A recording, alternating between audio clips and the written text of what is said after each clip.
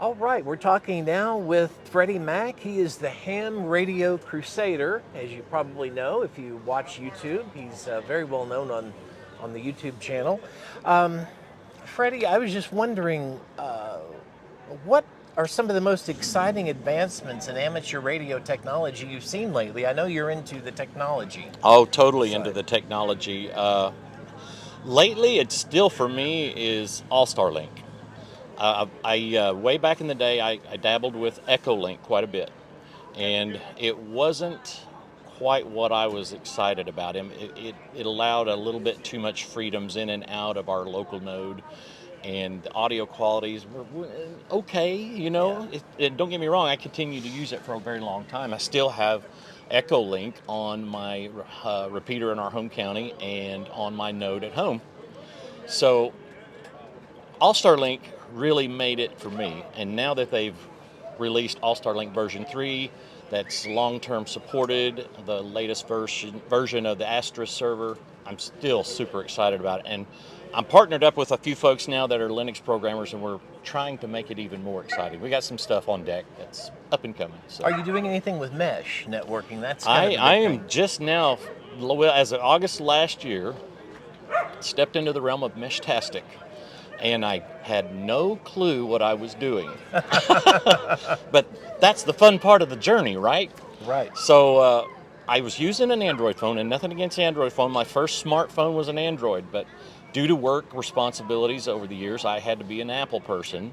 And when I switched my Meshtastic node over to my Apple device, I was like, oh, that's where all that stuff is. And here's how I do that. And it became more clear to me because I was used to it, right? Right. So here lately, me and the two other hams at home, Gary, K85FIP, and Doy, KM5, KE5MCA, I'm going to say that wrong and he's going to remind me, have been building Meshtastic nodes out and putting them throughout the county. So we have access to one of the tallest buildings in our county seat, and we put a node up there with an 8 dB gain antenna. Wow. Yes, and we can text for miles off grid. That Yeah. sounds amazing. Yeah, and we then could use that here. Exactly, and actually, the longer we've left it up there, we put it in router mode, and our personal nodes that we carry on us are in client mute, and then our vehicles are in client mode. So, and we set our hops up to about 7. There's not a lot of Yeah. traffic in our area, so it really helps. So we're noticing nodes from Tulsa, Oklahoma City, Wow. Western Arkansas. It's like, whoa, we even got an airplane texted me one day. That's It, amazing. it was a mesh node in a plane it was about 150 miles from me. Well, he was landing that far anyway, but he was in the air and he sent out a message and I answered it and he replied. So it was like, I'm totally hooked on this now. Right. I'm all in on Meshtastic. Well, that's amazing. Yes. Yeah, it's real popular around here. Now, I know you've done tutorials on programming like with the FTM 500. What are some common challenges people face when they're trying to set up equipment? How do you help them overcome these challenges? I try to identify the most noticeable issue that I noticed. Number one for me was the keyboard layout. It's got an on-screen touch display, but it's not in QWERTY, QWERTY. Right. It's in ABC, A to Z, basically. And my brain is not trained for that. So you've got to retrain yourself with little things like that. And when I got it at first, the DTMF frequencies weren't transmitting correctly. And that's a few videos got sparked from that little ordeal, but a firmware update came out much later and fixed the entire problem. Yaesu's on top of it. It's one of my favorite radios. Mine too. Brands, especially. Mine too. How do you see the ham radio community evolving in the digital age that we seem to be going into? Everybody's talking about you have to change with radio. The digital age, we have a lot of digital modes. What do you think about that? Well, I tell you what, it all is going to boil down to, I don't want to say popularity necessarily, but the most used areas of amateur radio, because I still haven't got into digital modes like RIDI and AFK, PSK. PSK. I'm trying to remember all the acronyms, and there's not a lot of There's room a up lot. here. Yeah. And things like that. And I would like to try to help keep those things alive. I'm about to build one of those, a Tarpon TNC. I've got all the parts for that. Terminal node controllers in general, I would really like to see make a good comeback with modern updates, maybe a Bluetooth feature or something to make it even more user-friendly. Because when I got into amateur radio and there was TNCs everywhere, and I'm asking folks, what does this do? And they're like, oh, that's a terminal node controller. Okay, that doesn't tell me nothing. So yeah, I had to do some self-education, but you got to find that right ham, especially probably a little older. There's nothing wrong with that, but they're out there and they will explain it to you. So things like that, try to keep alive. Exactly. Elders, I think interfacing a radio with a computer or a digital node controller or terminal node controller is big part of our future. Great. That's my opinion. So. Well, we're going to see as the future continues to play out. If you could design your dream radio setup, what would it be like?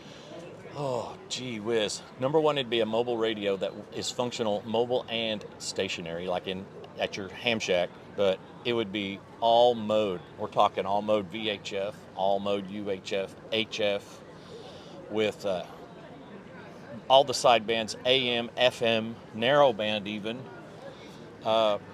Yeah, and it couldn't be too heavy, but I don't want it to be too light. It's really, I've envisioned this for a few times over the years, and I'm like, why can't we get something like that? Now, Yaeso gets us pretty close with the 991A. They do, yeah. Very, very close. And I also have an old ICOM 706 Mark IIG, which kind of gives you a wide spectrum of things to play with.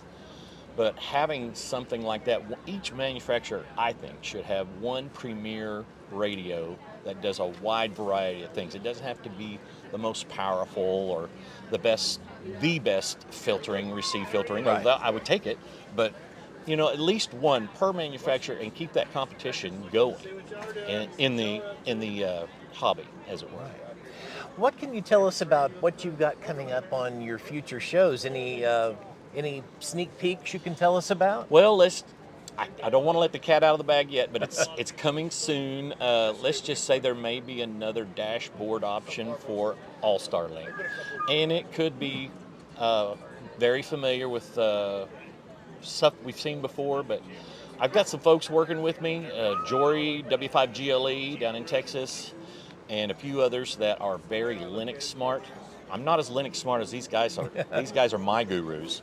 But they got some stuff on deck that's going to be pretty eye-catching, I would think. A lot of folks like a really good dashboard. And I like to put one up on it, display it on a larger television in the shack so that I can just, at a glance, see what's going on with my node. Exactly, Maybe we'll make that easier to see. Who knows? We'll see how it goes. Well, here in this venue here at the Moore Expo that we're at, there's a lot of people in amateur radio, or maybe they're just discovering it, seeing such as the Nixa Amateur Radio Club setup we've got here. What would you tell someone who maybe is getting the interest in amateur radio and just starting out? I tell you what, number one, I'd probably gauge their passion for talking on a radio, because some people, they hear about it and they're not too excited or interested, or maybe they just want to push a button. You got to gauge that, but you got to get them in front of the right medium to foster that interest, my opinion. And I tell you what, Steve over here at Alpha Antennas has a nice little pamphlet he hands out and tells folks, here's what ham radio's about, here's what GMRS is about. And knowing those differences will really gauge which direction they go in or splinter into both. Yeah. And that's what we'd hope for. But my advice to them is to find that right ham that is willing to talk to you about that. And there's a stigma out there that there's some older hams that just, they don't want to teach anybody. Well, some of them are just tired. Right.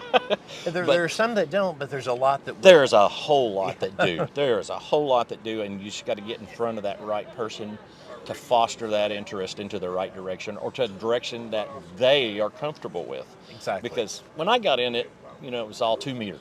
Because that was, my first radio was 2 meter, and I hit the local net on the county net every week. And then I started learning about everything else. And wow, I'm like a dog chasing his tail sometimes, because I can't keep up with what I want to do. But yeah, that would be my advice. Find that right person to talk to, because don't get me wrong, YouTube is a big help. But if you don't get it in the right order, it can be confusing. Yeah. So. Well, we've been talking with Freddie Mac. He is the Ham Radio Crusader on YouTube. And when do your new episodes come out? Normally, they will drop through a premiere on either a Tuesday night or a Thursday night. I've been focused more on Thursday nights because I've been calling Annette for our county Skywarn group on Tuesday nights, so I'm trying to balance that. So most generally, they'll be on Thursday evenings around 6 p.m. Central-ish. All right. Well, we appreciate you taking the time to spend with our viewers, and hope you have a great time here at Moore. Same here. Have a great show, y'all. Thank you.